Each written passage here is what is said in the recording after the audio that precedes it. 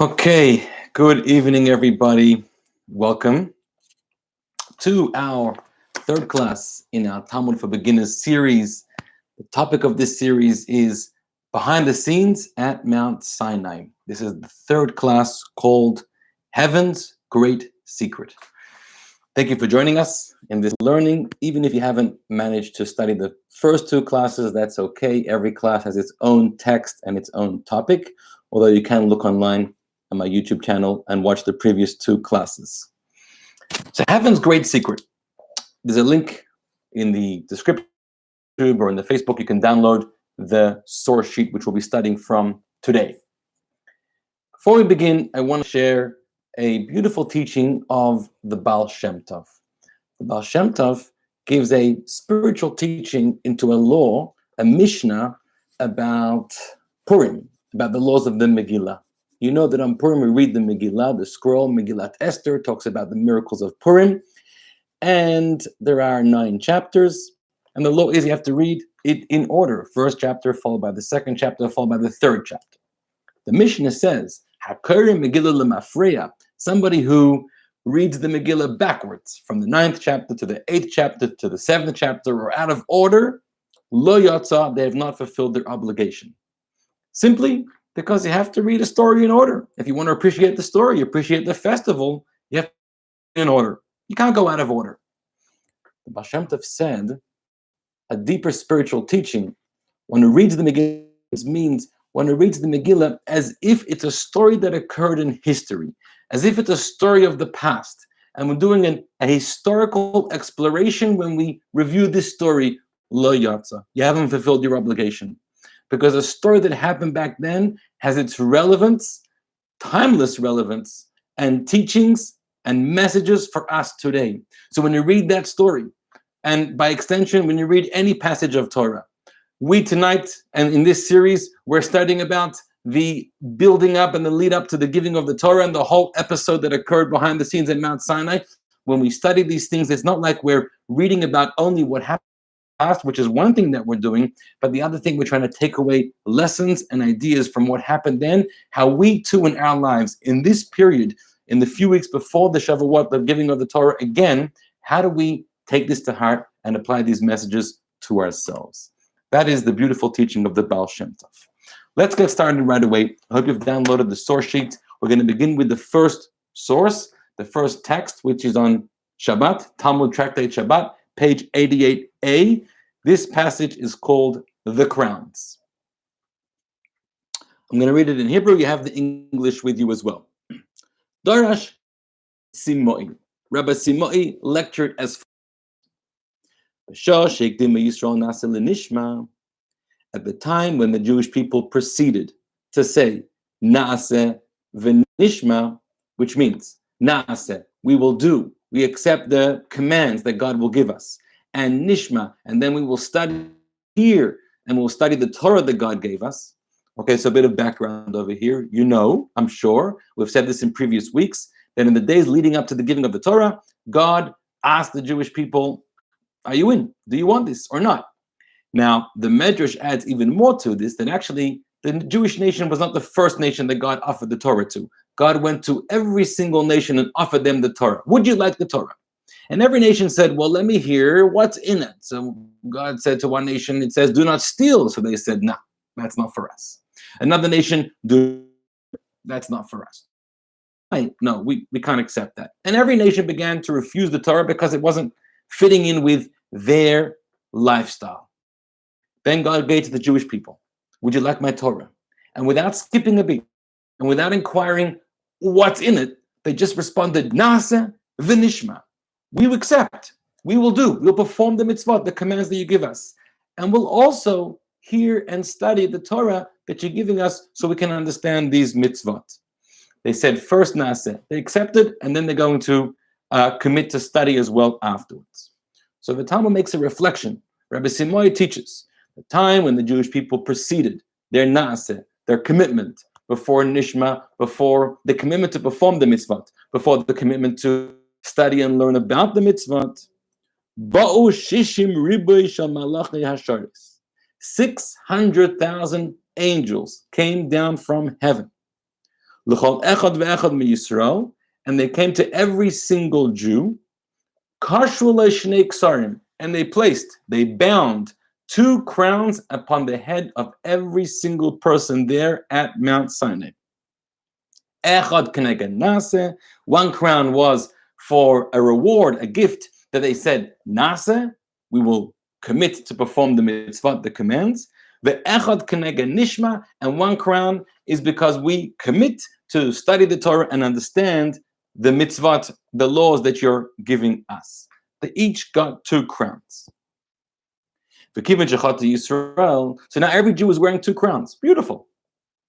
But then we know 40 days later, just as Moses is about to come down the mountain, the Jewish people build the Egel Azav Kaf, and they start to worship it. So they're, in essence, starting to serve idolatry. So they sinned. What happened then? Yardu me'eh ve'esim ribuy malachi chabala.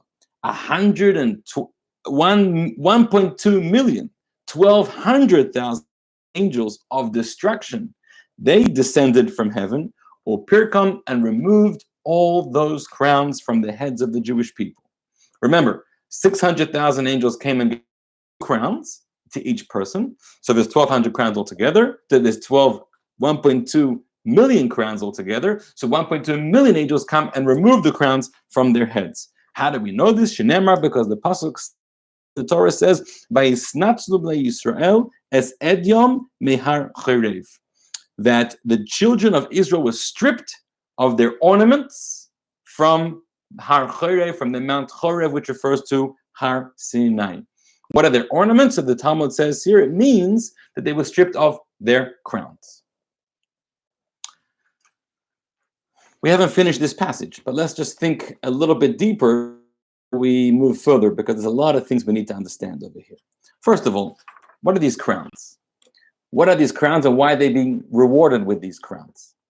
So the crown, there's one commentary that says that, if you recall, we learned a couple of weeks ago that on the second day after they arrived at Sinai, God told Moshe to deliver to the Jewish people that you, dear Jewish people, will be for me mamlechet kohanim v'goy kadosh. You're going to be a priestly nation and a nation of kings. You're going to be royalty. And they accepted that. So now God's giving them the crowns. A crown is a sign of royalty. Does this mean that they were actual physical crowns God gave them? It's not clear. Were they physical crowns? Were they spiritual crowns? It's not clear. But they were given crowns because it's a sign of royalty. A little deeper, the crown, what's a crown? When you're wearing a crown, it's not just a physical garment, a physical ornament. It's that, but it's much more.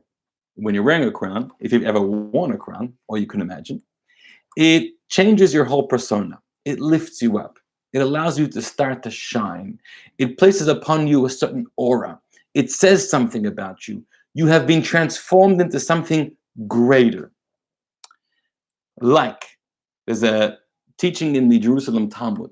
One day, people were walking, and they saw the great Rabbi Abahu, and the Gemara,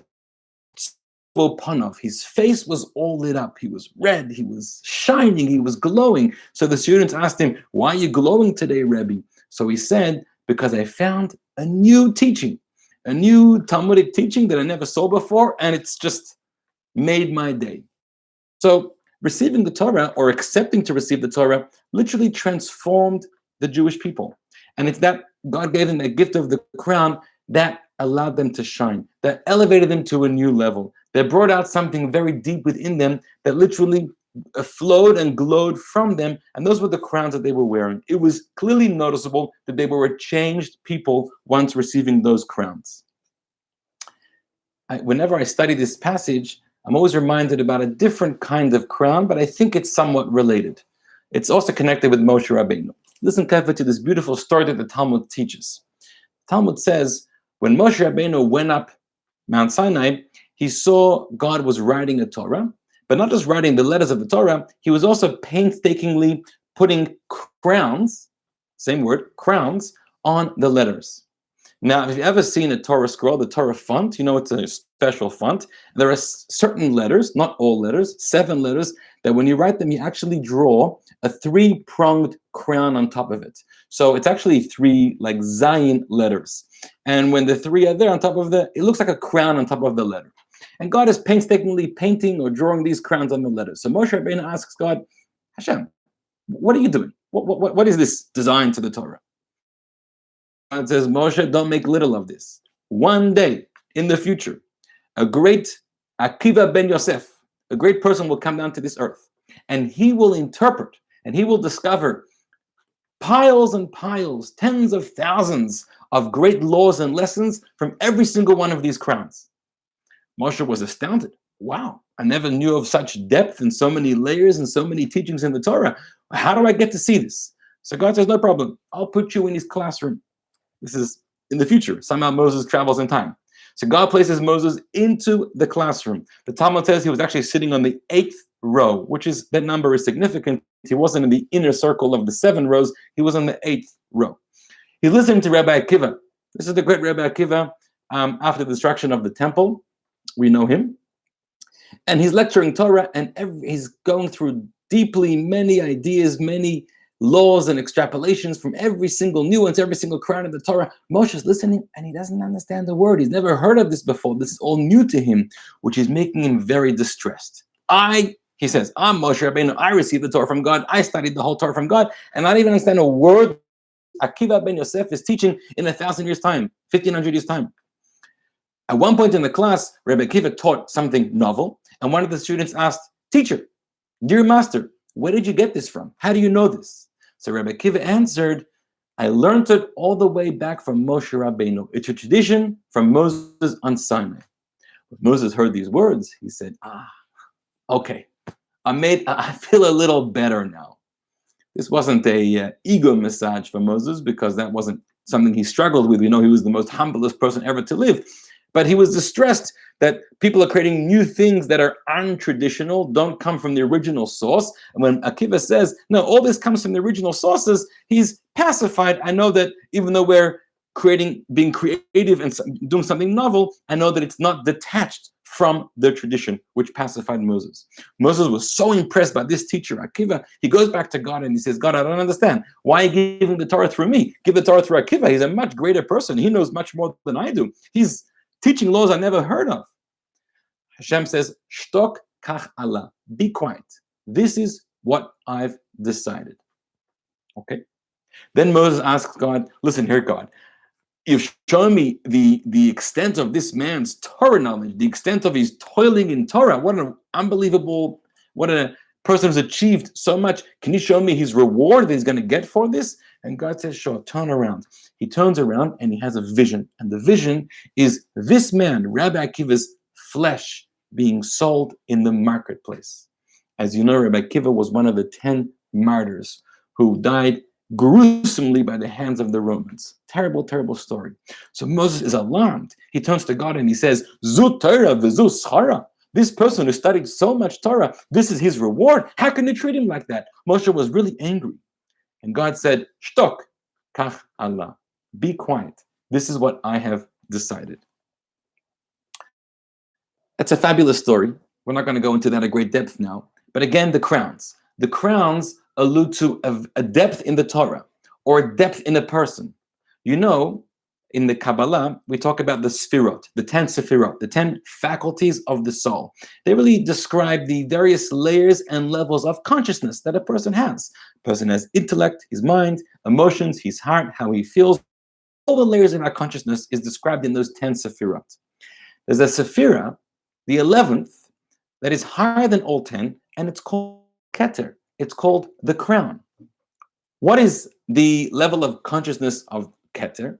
Keter is actually beyond consciousness. Keter is actually the capacity within a person that transcends their mind, transcends their understanding. It's not that it's irrational and illogical, but it's super rational, meaning as follows. Sometimes you connect with something or connect with somebody because you understand it, because you can appreciate, because you feel for it, so you're therefore, you bought into it. Sometimes you connect with something so deeply that it transcends your intellect and it transcends your emotions also. It's your inner self, a deep level of conviction. It's called ratzon, it's called your willpower. So if you connect with your spouse and you decide to marry somebody, you're not going to marry somebody, or hope you're not going to marry somebody because fully understand you. I fully get you. I'm right now in a loving mood, and I have you all sized up, and based on what I know and what I see, I'm marrying you. If you made that decision for marriage, my friends, it's not going to last so long. You can never fully grasp a person. At some point, you connect with someone, you have to say, I know everything that I can know, and I feel very strongly for you. But more than that, I just want to deeply connect with you, with my essence, with my inner self, on a level of my willpower, on my level of Keter, of my crown. And if I can connect with you in that way, that will transcend all of my conscious layers of my persona. So that if one day I will feel like I understand you, I don't get you, I don't know what makes you tick, I don't know why you think that way, I don't know why you behave that way, or today I'm not feeling it, today I'm not feeling in love and enraptured, infatuated by you, it doesn't matter. My bond with you has gone much deeper. Those layers, I've bonded with you on the Keter level. So when the Jewish people tell God not, we want the Torah because we understand it, because we love it, because we appreciate it, because we can fit it into our box, into our lifestyle, so we accept that. If you would do that, then you'd very quickly lose the Torah because it doesn't always fit your lifestyle has to fit into it. But Na'aseh V'Nishma was a commitment. God, we are in. We are in with the essence of who we are. We dedicate ourselves. We are thrown into this relationship. So God says, here's the Keter. Here's the crown. It's a sign of how deeply you've connected with the Torah. That is the idea of the crown that the Jewish people wore. Now you can imagine once they sinned and they betrayed God and betrayed this Torah, then the crown was taken away from them. No longer did they have that aura. No longer did they have that glory. No longer were they ambassadors, representatives of God, a nation of kings, a nation of priests. So they didn't crown anymore. Or they no longer did they connect so deeply anymore with this. They had sort of left this relationship. They stepped out. They cheated. They betrayed. And when you do that, then you lose that crown. You lose that depth. You lose that gift of the Torah. Now, that explains the crowns. Next question. We said that 600,000 angels came to give the crowns to all the Jewish people. 2 crowns each, for Na'aseh and for Nishma. Question. There were a lot more than 600,000 people at the foot of Mount Sinai. In fact, we know there were 100,000 males between the age of 20 and 60. So based on that calculation, you probably get to 2 million or more people altogether, including the younger and older males and all the women and the children. You get to probably 2 million plus. So why only 600,000 crowns were given to all the people? All the people are much more than 600,000. So the answer is that the number 600,000 is a very typical classical number that is used to describe the Jewish people. And it's like a magical number. 600,000 souls we talk about. We have a similar concept that we say the word for Yisrael, which is the Jew, Yisrael, stands for the 5 letters. Yesh, Sheshim, Ribui, Otiot, La Torah. There are 600,000 letters to the Torah, and every single soul, every single person corresponds to a letter in the Torah scroll. 600,000 souls, 600,000 letters in the Torah. Everything fits in beautifully. Except that it's all not true. There are a lot more than 600,000 Jewish people throughout history. In fact, right now there are much more than that. How much more so throughout history? And there happen to be a lot less than 600,000 letters in a Torah scroll. There are only about 305,000 plus or something, give or take. So what's this number 600,000? 600,000 is not the number of individuals. 600,000 is the number for categories and sets of souls that are for. There are 600,000 kinds of souls that are spread around the world to illuminate and to elevate the 600,000 sparks and different areas of the world. That's the Kabbalistic teachings, which we can't go into right now. Each one of these categories of sides and splits up into many, many, many, many souls. Therefore, you have millions and billions throughout history. I don't know about billions. So every soul is rooted in one of these 600,000 categories. So when the angels came down to give the crown to 600,000 people, it means that's the general frame, general term to say, to give them to all the Jewish people which fit into the 600,000 sets of souls. Similarly, when it comes to the Torah, why are we saying there are 600,000 letters of the Torah? if there are much less, in fact? So there are many different answers, whether you count not just letters, but also vowels or hidden letters. But I want to share with you one beautiful answer, and that is as follows. There are black letters in the Torah. The Torah is to be white parchment or clean parchment, black ink. The law says that no two letters are allowed to stick next to each other. If you have one letter and the next letter is written touching the previous letter and there's no division in between them, that Torah is invalid. You could probably fix it by scratching off some of the ink if you don't ruin the letter. You have to make sure every single letter is surrounding some white from the parchment. That's a law. The spiritual meaning behind that law is that there are, in fact, two kinds of letters in the Torah. There are black letters in the Torah, and there are white letters in the Torah. The black letters are the ones that we see.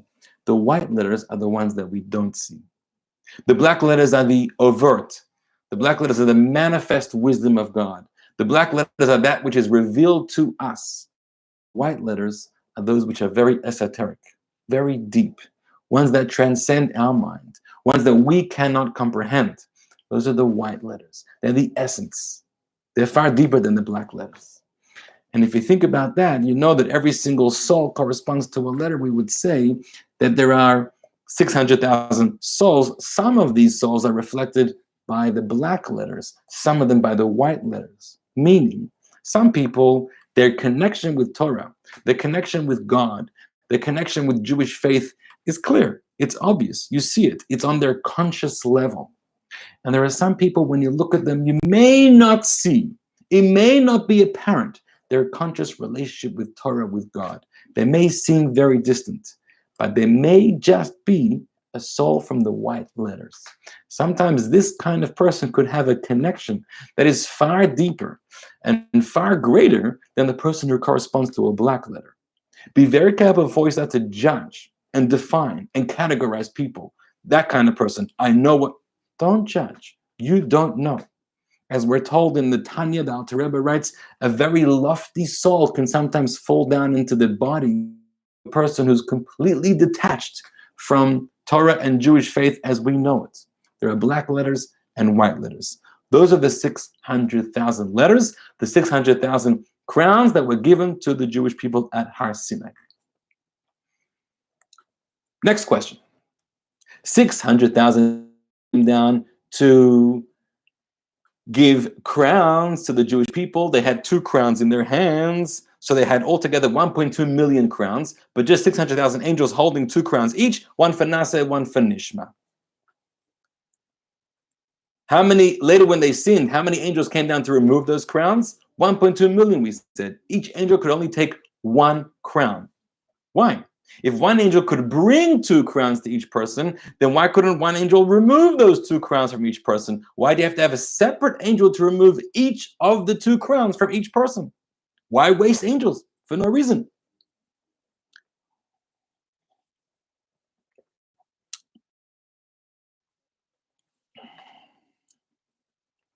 One explanation comes from Tosfos. Tosfos is the commentary of the Rishonim, of the medieval commentators between the 10th and 14th, 15th centuries in Paris, in Italy, in Europe.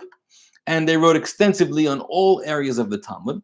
And one answer he gives is that the angels of destruction have less power. They're weaker than the ministering angels of God. In general, we have a principle that forces and the angels of good are much stronger, are much more in abundance, are much more determined, are much more powerful than the angels of destruction, the angels of negativity. Because God is interested in doing good, and God empowers angels that can do good. And messengers for good have a lot more strength and power with them. A messenger to do something harmful and bad is weakened by the very nature of their mission, which is an important concept that we should pay attention to. Because when good comes, it comes in greater abundance. And if there's an angel of harm coming your way, sometimes it seems like the harm and the pain in our life is of great abundance. But you should know that the midah, the measurement of goodness is far outweighs the measurement for harm and pain that God gives. That's a fact, and we have to think about that. So therefore, the angels of goodness, they were here to give the crowns. They were stronger. They could carry 2 crowns. But the angels of destruction were much weaker. Therefore, they could only carry 1 crown each. That's the commentary of Tosfos. But there's another beautiful commentary of the Maharal that I want to share with you. Before I share that, I have to take a step back and we have to explore something else first. Before we understand why one angel could give 2 crowns, but only 2 angels could take away those 2 crowns, according to Paul's explanation, let's take a step back and ask another question. How many crowns were they awarded, and what would they be awarding the crowns for? The Talmud says, if you notice, when the Jewish, I'm going to be very specific in the language here, when the Jewish people proceeded to say Naaseh before Nishma, we will accept the commands, and only after we will study about these commands. As a reward of that, the angels came down to give them crowns. And 1 crown for Naaseh and 1 crown for Nishma. Hold on a minute. So what were these crowns a reward for? If they would have said the other way around, if they would have said Nishma v'Naaseh, God, we'll study your Torah, we'll explore it, and when it makes sense to us, then we'll commit ourselves to the commands, would they have received crowns or not? It seems not. That the whole magic over here, the reason why they were rewarded these crowns is because they preceded the Naaseh before the Nishma. So the crown is being given for that, for not the 2 words or the 2 commitments, the order of the commitments. If that's the case, they should have been given only 1 crown. 1 crown for getting the order right. 1 crown for having the right frame of mind. 1 crown for making the right proposal to God. We will do. Honey, I'm in. And also afterwards, by the way, I'm going to try to figure it out also. 1 crown. Why 2 crowns? If they would have switched the order, they wouldn't have received it. Or give them 3. 1 or 3. 3. 1 for Naaseh, 1 for Nishma, and 1 for getting the order right. 1 for doing the Naaseh before the Nishma. This is a big question that many of the commentaries ask. So I want to share with you an answer that's very deep, but it goes to the heart, it goes to the essence of the beauty of the response of the Jewish people, why God loved their response, and that initiated their relationship together. Listen carefully. Naaseh and Nishma, each one of them are deserving of a crown, because each one of them are a beautiful gesture. Each one of them are a beautiful, desirable level of commitment to God and to the Torah. But when is Naaseh a beautiful commitment to God? And when is Nishma a beautiful commitment to God? Only if they're in that order. If the Naaseh comes before the Nishma. What would happen if the Naaseh came after and the Nishma came first? Then the 2 of them would not be deserving of a crown.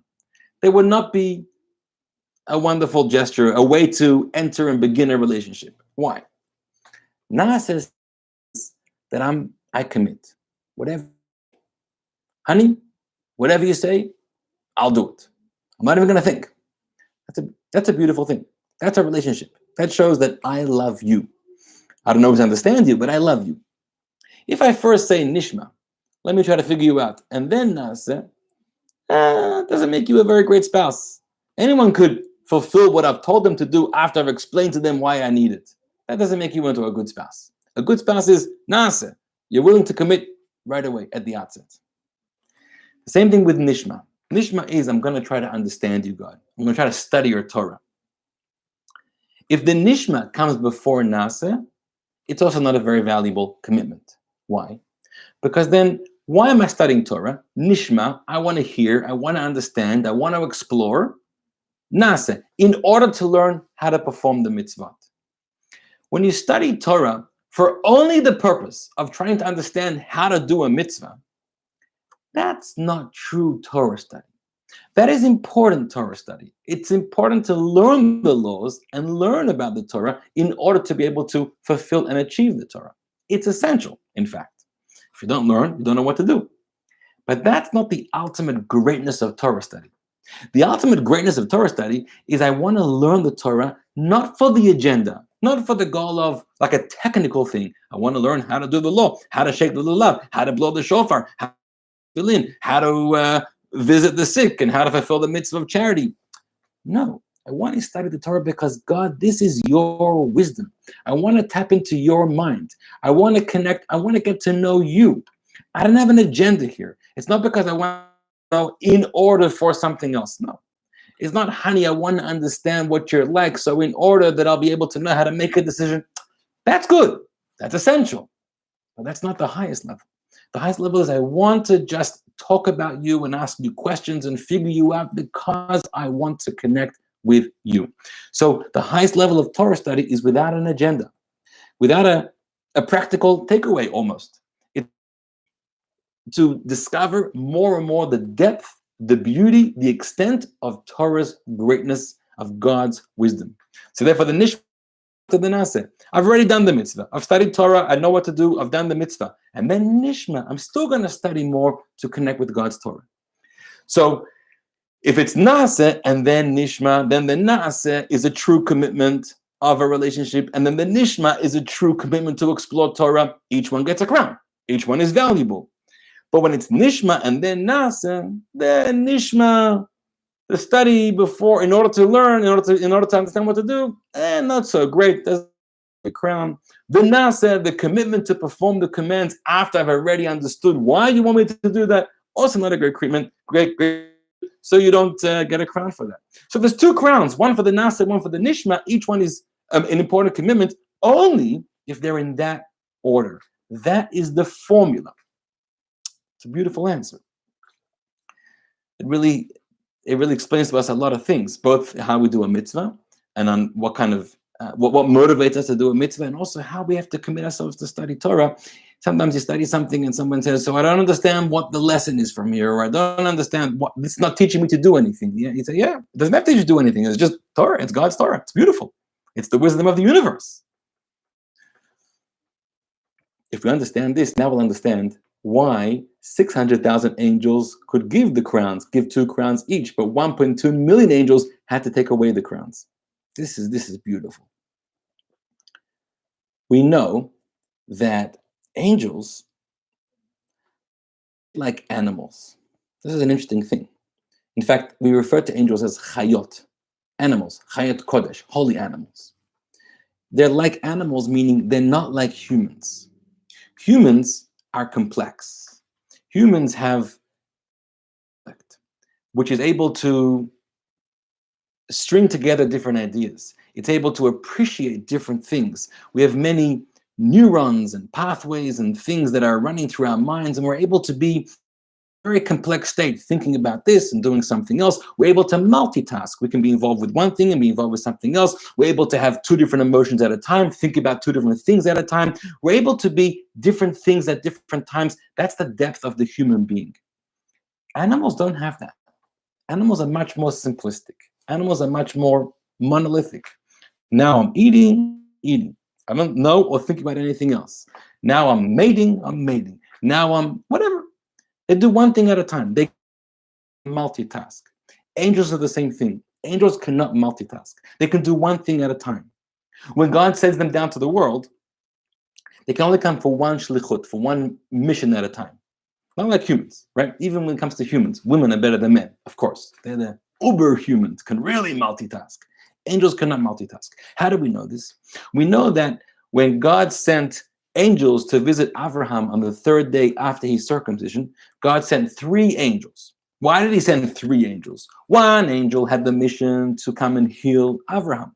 The second angel had a mission to let Sarah know that she's going to have a baby in a year's time. And the third angel had the mission to go and destroy Sodom. Question is, why did God have to send 3 angels? Send 1 angel. 1 angel can do 3 things. He can bring healing to Abraham. He can tell Sarah she's going to have a baby. He can also go to Sodom and bring destruction. The answer is 1 angel can't do 3 things. They're all 3 very different things. One is a healing mission. One is a notification about birth mission. One is a distraction mission. 3 complete different things. They can't fathom that in their small, simple, monolithic mind. Humans can. Humans are great, right? Humans can experience all these depth and breadth of things, which is, we see the difference in children and adults, hopefully. Children cannot, when they're in one mode, you can't really pull them into another mode. They can't have 2 things going on simultaneously. A level of maturity, a level of intellectual maturity, is when you can start to entertain 2 different things at the same time. You can even appreciate a debate. You can appreciate right? It's not, even though I have my opinion, I can also appreciate your opinion. I can even understand your opinion, even if I don't agree with your opinion. That's a sign of maturity. That's a mind that's able to fathom two different thoughts and opinions at the same time. Young children can't do that, or immature minds can't do that. Animals can't do that, and angels can't do that. So therefore, hope you're following along. When the angels first came to reward the Jewish people with crowns, what were they giving a reward for? Reward because the Jewish people had done the right formula of commitment in the relationship. First Nase, then Nishma. The level of acceptance of God's will was absolute. So it was a package. The package of Nase before Nishma, they had completely tied it all together. They were wholesome people, wholesome in their connection with Hashem, wholesome in their relationship with Torah. Everything flowed beautifully. The Nase and Nishma makes you a spouse in the relationship. You're immersed. Things will flow smoothly. It's the formula for success. So that one package that we're bringing crowns for, one angel can bring two crowns to reward the one package, the package of Nase and then Nishma. The moment that the Jewish people, what happened when they sinned with the golden calf? They started to create a division, a split in themselves. Nase wasn't connected to Nishma anymore. They were not wholesome. There was a split. There was gaps in their relationship now. What they understood, it wasn't what they did. And what they did wasn't what they understood. And there was now a breakdown in the communications, a breakdown in the levels of commitment. Their minds and their hearts were in different places. Now they were split people. Their Nasa and the Nishma were completely detached from each other, which is why they could actually go and sin and do the idolatry. They didn't forget about God. I mean, God had just brought 10 miracles and brought down Egypt and redeemed them from Egypt, brought down Pharaoh, split the Red Sea, given manna from heaven, brought water out of the rock. But that's where their mind was, but their heart wasn't there. Their heart wanted to worship the golden calf. So now the Nasa and Nishma, the two complete different crowns. They're not the one package anymore. They've been split apart. One angel has no access to both those crowns anymore. So therefore, two angels had to come, one to remove this one and one to remove that one, because the two were very different crowns. It's a beautiful idea that the Maharal explains, and it really is a powerful lesson in how holistic are we? How do we put all the pieces together with our mind and our heart, our feelings, our opinions, our knowledge, our behavior, our thoughts? Does one flow from the other? Are we completely immersed in this relationship, in this Torah life, in this godly life? Or are we split apart by different times, different experiences? Our heart is in a different place. Our mind is not where it should be. The Samech Le, because right next to that verse about them being stripped of their ornaments, the next verse says, and Moshe took them to the tent. Moshe took all the crowns, either to the tent, meaning the Ohel Moed, the Mishkan, or to his own tent. Moshe took possession of all those crowns. Again, it's not clear if they were physical crowns or if they were spiritual crowns, but whatever they were, Moses took possession of them, which explains something very interesting. We know Moses went up and down Mount Sinai 3 times. He went up the first time to receive the Torah, receive the 10 Commandments. He came down and he broke them because he saw the Jews worshiping the golden calf. He went up a second time to ask for forgiveness for the Jewish people because God was going to destroy them all. And then he went up a third time, this time to write a second set of tablets. The Torah says the third time when Moses is coming down the mountain, which happens to be Yom Kippur. Yom Kippur is the day that he comes down with the final tablets and God has forgiven the Jewish people, which is our celebration of Yom Kippur. The Torah says, Koran Ur Panav. Moshe's face was shining. To the extent that people had to put a mask to block themselves, thinking about masks, but blocking their eyes also. They couldn't gaze at his face. There was an unbelievable glow of his face. Now, if somebody has just been in heaven talking to God, and you leave God's presence, it's understandable why there's a glow. You know, when you meet someone very prestigious and then you leave them, you can see right away, you say, oh, where have you been? You're glowing. So Moses, I've been talking to God. Of course there's a glow. The question is, what about the first time? What about when he first came down the mountain? Why wasn't there a glow? Why only the second time? That's a famous question. There's an answer from Rabbi Joseph Ber Soloveitchik, who was a renowned 20th century rabbi in America, came from Russia, studied in Berlin, in the university there, a brilliant Talmudist and a brilliant scholar and a brilliant philosopher in Jewish studies and secular studies, and he was a prominent leader in America. He once gave an amazing explanation, such a powerful idea. He said, when Moshe Rabbeinu goes up the first time to Mount Sinai, and he speaks to Hashem, and he receives the Torah, and he spends days studying the Torah with God, he now becomes the greatest rabbi in the universe, the biggest Talmid Chacham, the greatest Torah scholar, a big Rosh Yeshiva. Wow, he knows the whole Torah. He knows everything. He just studied it with God. In fact, for the next 40 years, every time someone has a question, they're going to come to him to ask him the question. He knows all the laws. He knows all the interpretations. Moses is the biggest Talmid Chacham to exist. Even though that's great achievement, to study a lot of Torah and to know a lot, it's a very powerful thing. It's a great experience. However, it's not the ultimate achievement. There's more. That doesn't make you into the, godly human being that you're able to become. Something else happens that elevates Moshe to an even greater level. God wants to destroy all the Jewish people because of their sin. And Moses stands up in their defense. He confronts God. He takes their side against God's side. He couldn't really excuse their behavior. They really did a sin. And God was right. God say, they have betrayed me. Let me choose a different nation. And he Moses, I'm the leader of a different nation. Moses chooses to defend the people against God. To the extent that Moses says, if you're going to destroy them, destroy me. I don't want to be in your Torah. I don't want to be the leader. I'm out. If it's not them, I'm not in this thing either. His life on the line. He sacrificed himself for the people. That's what happened the next time he went up on the mountain to achieve atonement for the Jewish people. That time, when he came down, his face was shining. Now, he was much more than a great Talmid Chacham. He was much more than a very Torah scholar. Now, he was a Rosh Yeshiva.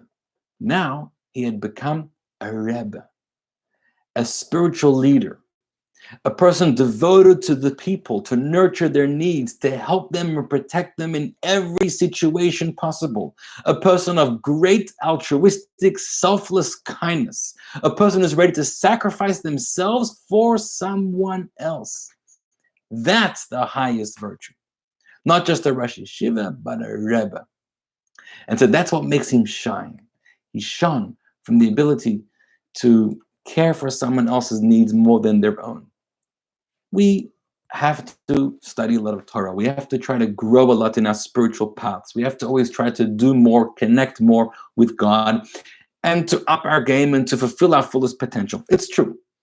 But not to become too self-absorbed. Realize that sometimes, even more important than building your own spiritual growth is caring for the needs of someone else, putting yourself aside, your time aside, your energies, your efforts, your resources aside, and dedicate them to help another and concern yourself and even sacrifice yourself for the sake of the benefit of another. That's the true godly persona. And that turns Moshe into a Rebbe and into a shining face. One final teaching on these crowns. Amar Reish Lakish says. Remember, Reish Lakish, we spoke about him. Reish Lakish, the Baal Teshuvah. Reish Lakish was irreligious and a thug for many years, and he came back. So he often has a lot of depth to his teaching because he sees things in a very deeper light. He says, even though those crowns were taken away from the Jewish people, they're not taken away forever. In fact, in the future, God will return these back to us. Shenemar, we have a pasuk that says in Isaiah, in Yeshayahu, Ufdu Hashem Yeshuvun, and the redeemed ones that God will redeem will return. Uvau Tzion Berina, and they're going to come back to Zion, to Jerusalem with great song. The Simchat Olam al Rosham, and everlasting joy will be on their heads. What does that mean? It's a strange expression. We're going to be redeemed. We're going to be taken out of this exile, back to Yerushalayim Habnuya, a rebuilt, glorious Jerusalem with absolute Jewish sovereignty, the coming of Mashiach and the rebuilding of the temple. It's all going to happen. And there's going to be the absolute joy on our heads. So what's Simchat Olam? The word Olam. Olam can mean absolute eternal joy. Olam can also remind us, Olam, of that which happened in the past, in our history. The joy of our past, that we had those crowns when we first initiated and accepted the relationship with God. That's going to be restored back to us. Simcha Shemei Olam al Rasham. That joy that was on our heads, the crowns, returned back to us. So the crowns are still available to us. In fact, I believe it's brought down in the Zohar that even though the crowns are taken away by the angels and given to Moses, Moses, being the ultimate kind, gracious leader, doesn't just keep them in hiding from the people. In fact, the expression is he places them behind the people. He places them in a place that's not given to them on a platter, because they're not yet deserving of it, but in a place that they're still accessible. And anyone who wishes to recommit, to reconnect themselves to that moment, to the very same experience we originally accepted, Nasev and Nishma from God, the crown gets put back on your head. It's brought down from the Arizal. Every Shabbat, these crowns return to the Jewish people, which tells you what Shabbat should be like. Shabbat is a restoration. Shabbat is a re-experience of the giving of the Torah, which was given on Shabbat, as we spoke about. And we spoke in the first class about the connections of Shabbat and the giving of the Torah. On Shabbat, you can actually receive those crowns again on your head. So that shining face and that glory and that aura upon you, you're elevated by something. You can experience that every single Shabbat. Okay. We have a little bit of time. We're going to do one more passage, one more text number 2, which is also from Talmud Shabbat 88a, Heaven's Great Secret. Listen carefully. Amar Rabbi Elazar taught. At the time when the Jewish people proceeded to say Nase before Nishma, as we spoke about earlier, a heavenly voice came out, proclaimed to the Jewish people, who revealed this great secret to my children, the Jewish people? This is a formula, this is a proclamation that the angels know about. They use it to worship me. How did you know about it? To do the Naseh before Nishma. It's a secret from heaven. Dichsiv, we know this, that the angels worship this way because the Pasuk says in Tehillim, King David writes, Baruch Hu Hashem malachav, the angels bless God, Gibore Koyach, they're full of strength, Oisei Devarei, they fulfill the word of Hashem, Lishmaya B'kol Dibrei, and listen to the voice of his words. Bereisha Oisei v'harda Lishmaya. So the verse says first they fulfill God's words, and then they listen to the voice of God, which is the formula of Nasev and Nishma. That's the angels' worship. So God is asking, where do you know this from? Where'd you get this from? Why is it unique to the angel?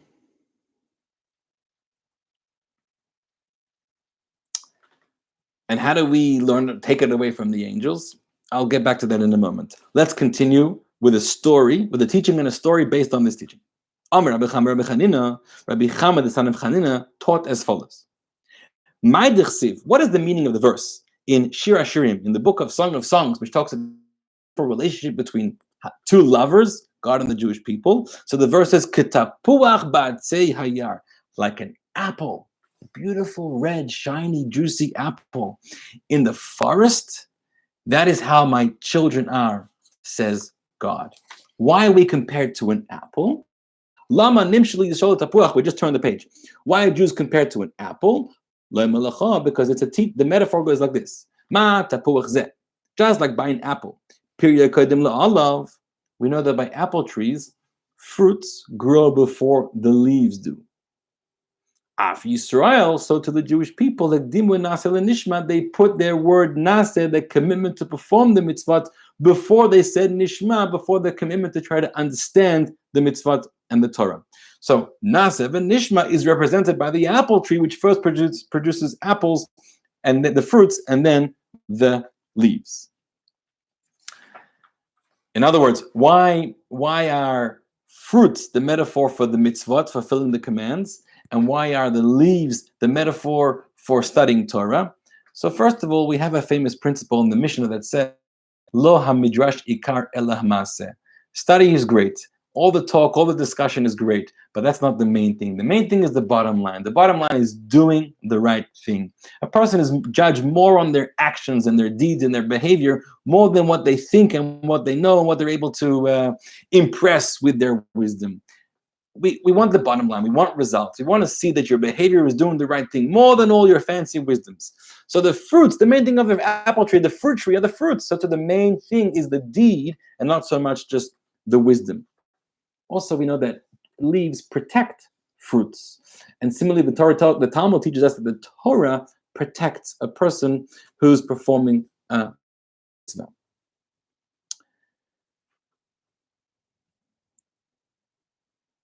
A fruit without the leaves is in danger. And when the Jewish people put their necks out there and said Nas before Nishma, they were committing to something they knew nothing about. That was almost like a danger for them, but they were willing to do that because, why did they do that? Because they loved God. So they're willing to accept. By the way, small question, and I'm not a botanist here, and maybe one of you is. The commentaries ask a question that it's a very nice explanation, except there's one problem with it. That's not how apple trees work. In apple trees, the fruits don't grow before the leaves. The leaves grow, like most fruit trees, like all fruit trees, and then the fruits. So it's actually incorrect. So that's the question that's being asked on Rabbi Chama's teaching over here. So one answer is that Rashi, some say this is the Rashi's comment, is that it's not that the fruit grows before the leaves grow, but it's the fruit grows before the leaves are fully formed. Apparently the leaves are in the process of growing whilst the fruit already emerges, and then only after the fruit already emerges, then the leaves are fully formed. That is the explanation according to Rashi. Tosfos, the other commentary we've spoken about before, says we're making a mistake. The translation of tapuach is not actually an apple tree, but actually it's an etrog tree. And an etrog tree, fruits do come before the leaves. How so? Because it's unique that the fruits can survive all seasons. The fruits grow in an etrog tree throughout the year. So that's what makes an etrog, that's how we know that it's a real etrog tree. So in other words, the fruits will grow, and then the seasons will change, and the leaves will in the fall, and then the leaves will grow back in the spring. Sometimes the fruit was still on the tree, but the new leaves hadn't yet grown, the old leaves had fallen, so it has the appearance of the fruit being there before the leaf. That's the explanation. Tosfos. I'm happy for any botanists to help me understand more about this, but I will say that today I did a bit of research into this thing, and I found an article that talks about how it's possible for fruit trees to grow their fruits before leaves. It was actually talking about an apricot tree. And sometimes a tree will give off more of its energy, more of its efforts to producing the fruit, and only later allow for the emergence of the leaves. Apparently, it can happen with some fruit trees, so then the Talmud is not so off. Of course, the Talmud is not off, but that's maybe something to understand. Okay, so let's story now about this fruit apple concept. Last piece we're going to do for tonight. Hahu Mina, there was once a heretic, the Chazil Rava. He saw the great sage Rava to come ayin b'shmaitza. He was intensely immersed in learning.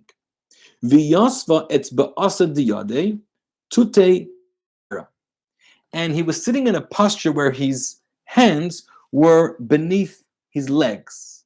Some kind of position, maybe it was comfortable for him, maybe it was keeping him awake. You know, some people used to do all kinds of things to keep them awake so they can study more. They used to put their feet into freezing cold, icy water, or whatever. So he's sitting in this position, and the leg, his feet were squeezing his fingers, and now blood started flow from his fingers, from his hands. He was sitting in a way that he was actually damaging himself, harming himself, and he didn't even know about it. He was so immersed in his learning, blood is pouring out of his fingers by the way he's sitting, and he has no knowledge about it. Completely unaware. Malay, he goes over to Rava, gives him a bang on his shoulder, and he says, Amma pazisu. You guys are an impulsive, erratic people. The kadmisu pumaychalud naichel. You put your mouths before your ears. Akati bepachazaisu kamaisu beresh.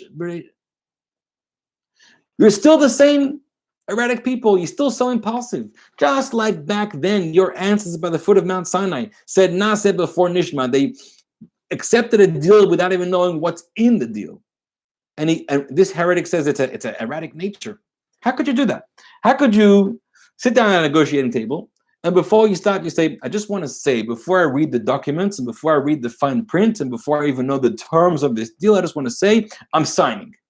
You sign and you say, after you sign, I just want to now read through all the fine print. You got to be Meshuggah. You got to be crazy to do that. That's what we did. We accepted the Torah and we said, now, after we accept, now we also want to study the Torah. So Reb Chama says you were erratic then, you were impulsive then, and now you're erratic now also. Look at your behavior. You're studying Torah and you're harming yourself and blood is coming out of you and you're in pain. Well, what are you doing? You're Meshuggah.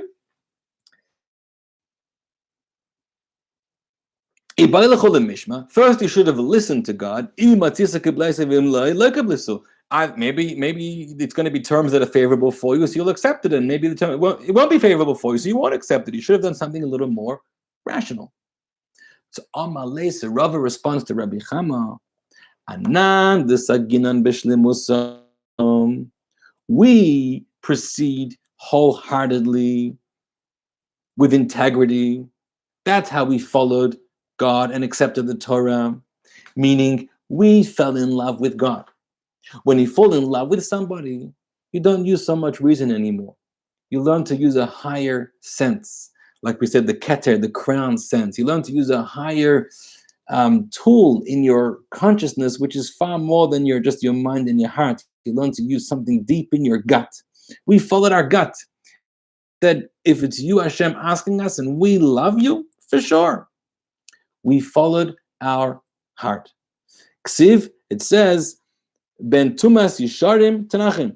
And the Pasuk says in Proverbs and Mishlei, the integrity of the upright will guide them. If you're in it with your heart and you're in it with correct intentions, everything will work out fine. That is the right formula. Therefore, we said first Nasa and then we said Nishma. But you people, you guys walk in the seat. You guys only follow your own mind, what you can understand. You want everything to fit into your frame of understanding, into your paradigm. You only live for yourselves. And about you it says, and the perverseness of the faithless will destroy them. Your recipe is not a recipe for the blessed life, for the life of commitment to something larger than yourself. Your recipe is a recipe to a arrogant, selfish, narcissistic, self-absorbed life. But we have committed to something much larger than ourselves, which is a beautiful idea. And that's the same as the apple tree where the fruit grows before the leaves. And that's why the story comes over here. I don't know why he has to hurt himself and pain himself, but at least we can learn that sometimes you have to sacrifice and you have to suffer a little bit. There's a Mishnah that says that if you want to really acquire Torah, you have to sacrifice your meals, your food, your sleeping arrangements, certain things. If you want to live all the comforts of life, you're never going to be able to truly connect with Torah. But if you're willing to sacrifice a few things and dedicate yourself deeper, more spiritual endeavors, you'll be able to accomplish a lot. I want to conclude with one story. The apple reminds me of a story. It's a beautiful story to share. And before I conclude with that story, I want you just to tell you that on the sheet, I've also put in questions for review. So if you were listening today or you want to restudy the texts, I hope you'll be able to answer all of these questions. I hope I went through all that information as well.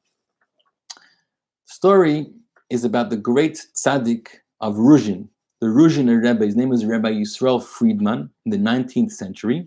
He lived in Ukraine, in Ruzhin. And we called him the Heilika Ruzhiner. Even as a small child, he was already a prodigy, a very saintly, pious, unique, special person. So he was a small child, and he wanted an apple. An apple apparently was rare, wasn't so common. They were expensive. It was a treat that you were normally, if you clean your room for a week straight and you're on time to school and you brush your teeth properly, etc., etc., it will reward you with the apple on Shabbat.